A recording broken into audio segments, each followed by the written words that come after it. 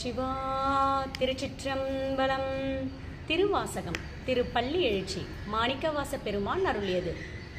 புவனீர் போய் பிற வாமையினால் நாம் போக்குகின்றோம் அவமேந்த பூமி சிவனுய கொள்கின்ற ஆரென்று நோக்கி திருப்பெருந்துறை உரை வாய் திருமாலாம் அவன் விருப்பெய்தவும் மலரவன் ஆசை படவும் நின்னலர்ந்தமை கருணையும் நீயும் அவனியில் புகுந்தெம்மை ஆட்கொள்ள வல்லாய் ஆரமுதே பள்ளி எழுந்தருளாயே.